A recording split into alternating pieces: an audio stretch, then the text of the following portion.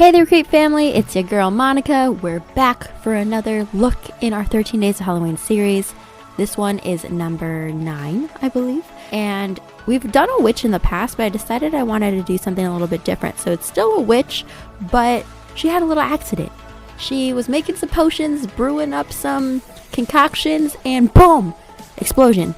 And obviously, as you know, a lot of witches like to use crystals. So it's a crystal explosion. So that's the story. If you guys would like to see how I created this look, then please keep on watching. Alright, creeps, so the first thing we're going to do is we're going to prep that side of our face for some foundation, and then go ahead, put your favorite foundation on just this half of your face. I'm putting a little bit of the Tarte Shape Tape Concealer under my eyes to brighten that a bit, and then setting everything with a translucent setting powder.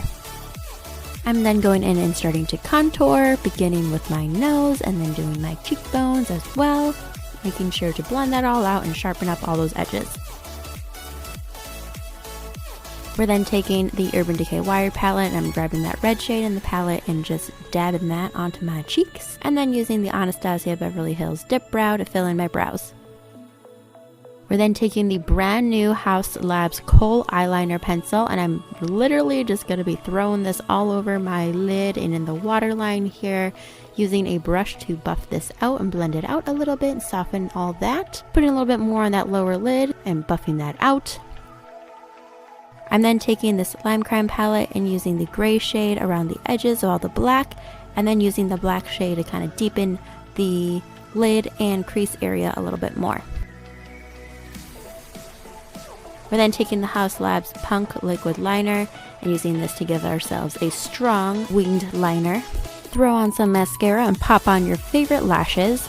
We're then going to be putting our prosthetic on, but before we do that, I'm going to show you how we made it. So the first thing I did was grab a little ball of clay, and I'm plopping this over where my eye is going to sit on my face cast to kind of create a buffer between my eyeball and the prosthetic. I'm then doing a thin layer of liquid latex over that. Then placing down a ripped up piece of tissue paper, layering that on, put some more liquid latex over that, put another layer of tissue paper, more liquid latex, and do as many layers as you want. I just did these 2 and that was pretty good. I'm then grabbing some cotton balls and kind of splitting them open, creating some kind of folds and texture onto the prosthetic here, giving it some more ridges and all that, and then just kind of going through and pushing and creating more spaces and texture and holes where the crystals are going to sit. So then I'm just taking these little kind of faux crystals I found at the craft store, figuring out where I'm going to want to place them, and once I know where I want them to go, I'm just using a hot glue gun to stick them onto the prosthetic once it's dried down. Once I got all my crystals on, I'm then going in and adding some more texture and ridges using the hot glue gun itself, and just kind of maneuvering and manipulating the glue where I want it until I'm happy with the overall look. And it ends up looking something like this.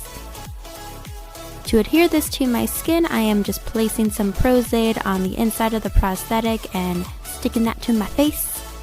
As you can see, I already did the base coloring for this prosthetic by just using some foundation and a red face paint.